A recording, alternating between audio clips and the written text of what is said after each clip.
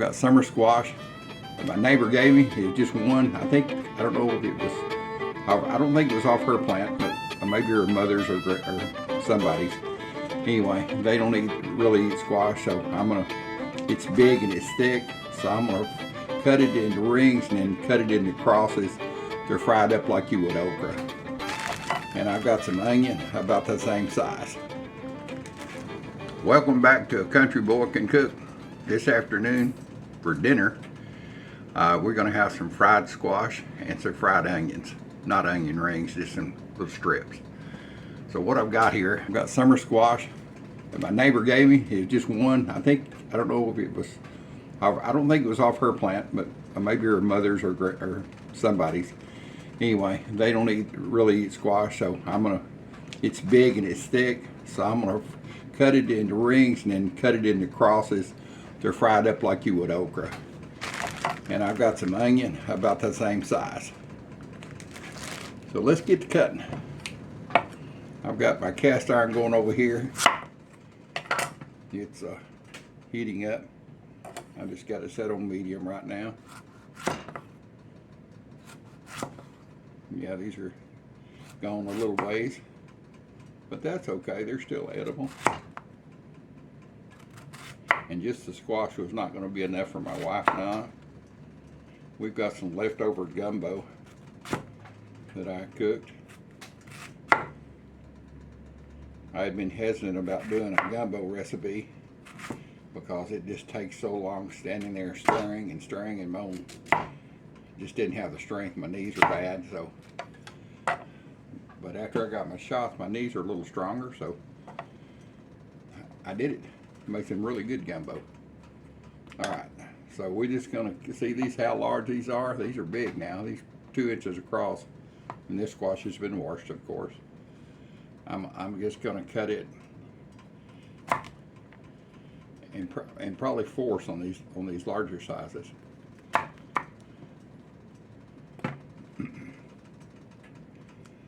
So what you might think of as the size of a piece of okra.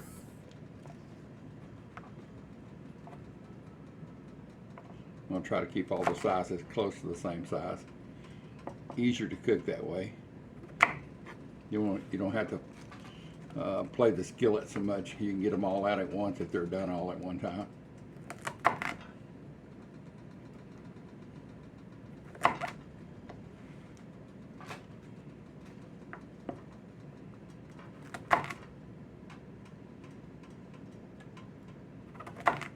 So you can see what I'm doing is now just making little nuggets, squash nuggets. And they're all about quarter to a little over a quarter thickness. I think it's the last one of these, yeah. So what I've got here, got some evaporated milk. Just gonna pour a little bit in this bowl. I had some of my coffee this morning. It was one of those days. I've got buttermilk,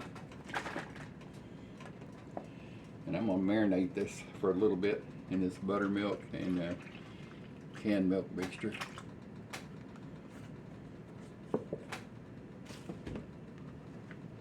How much do you want? Well, just enough to cover the vegetables, whatever you're gonna fry. See, I've got my fry plate ready with some paper towels. I'm prepared. So I'll just put this in here.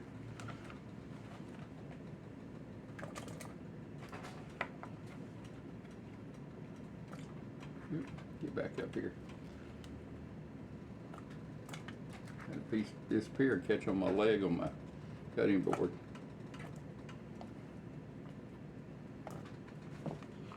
So I'm going to cut it off in about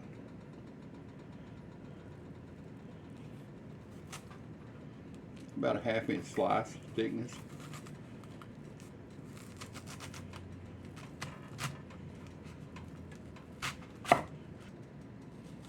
The outside pieces about this long each one. Separate them out before we throw them in the milk. I'm going to push the center out Fry it in 2 chunks. I'll probably try to fry this in whole. I don't know if you'll do it or not. Let me see how much is in here.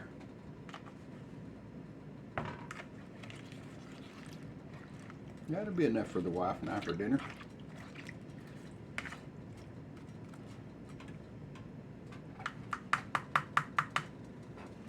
I'm gonna put a little salt in here.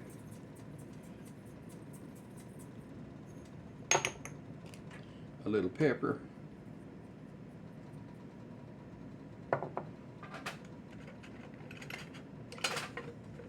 Spatula here.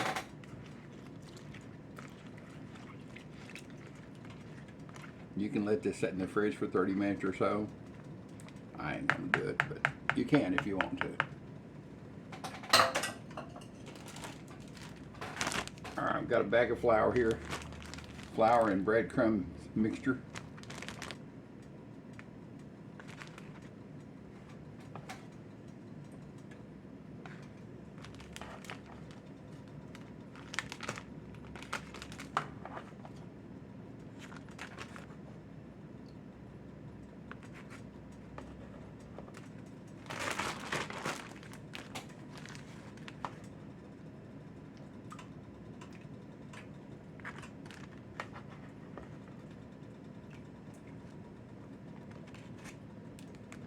Zip this up good. Make sure it's sealed. And we're just going to coat all of them really good.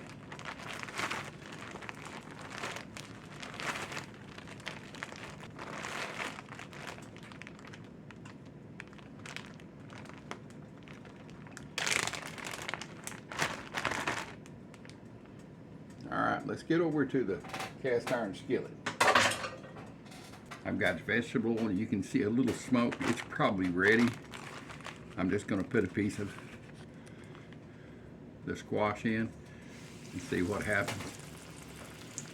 What they say, close enough to the girls I go with. I go with one, so.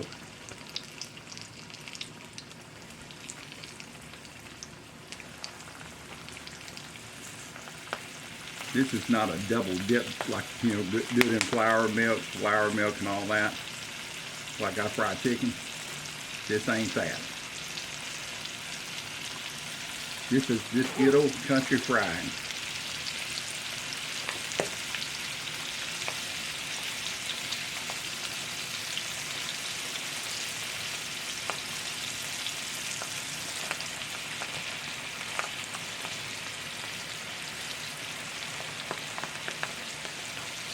Turn it down. I thought it was temperature would roll down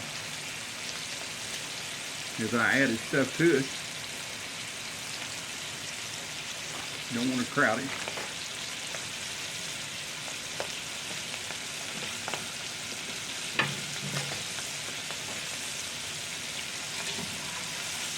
Oh yeah. Just take and turn it over.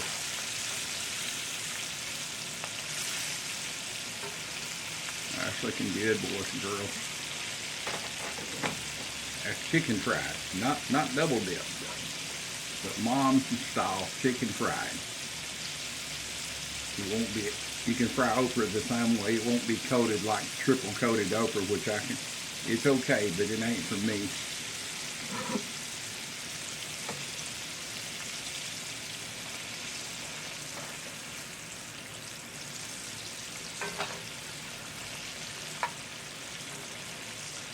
Get this first piece out, it's good.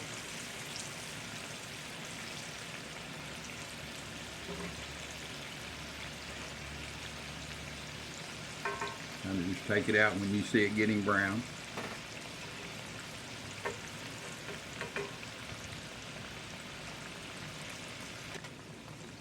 All right.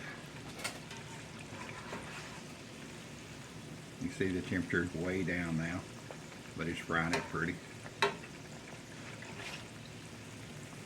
Nothing like the smell of cast iron fried food. I don't care if it's taters, green tomatoes.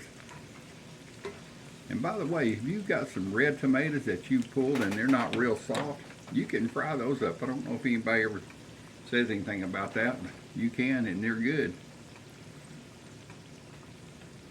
We'll turn this back up to medium. All right, let's check one of these. I think this onion's cooled down enough. It's still warm.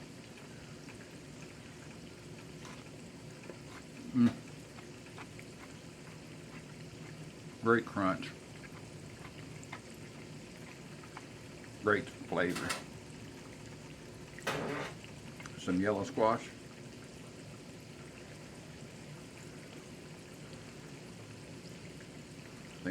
I got it cool enough. It's still warm.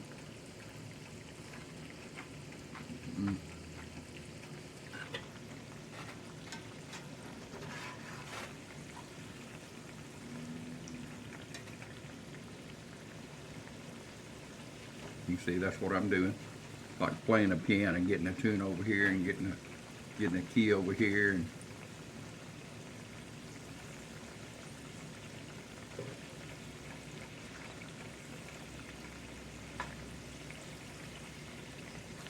she's frying up now. I got the temp back up. I forgot. I'm getting old. I forgot I turned that down. No problem. A few pieces the breading came off of, but that is literally no problem at all.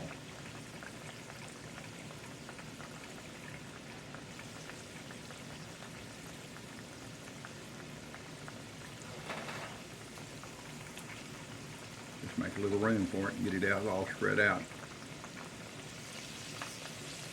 Right there's that big piece of onion. I didn't think it would hold good. It'll be sure will be good fried up like that.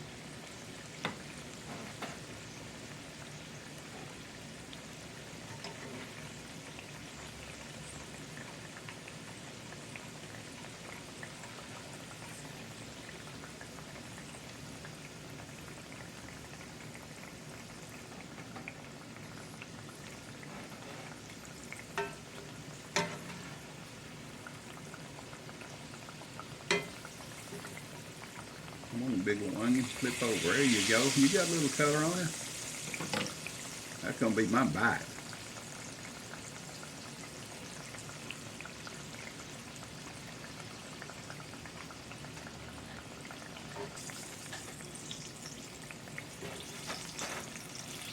Well, in the summer we had this meal 2 or 3 times a week. Mother would fry okra, squash. Like I say, just yellow squash or crookneck squash. They just call it squash. I don't know what variety it was. I was a kid.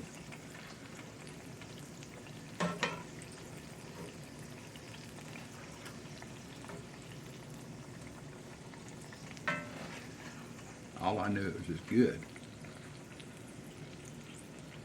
Serve this with whatever Mother's frying chicken up. Having some fresh onions out of the garden sliced on the side.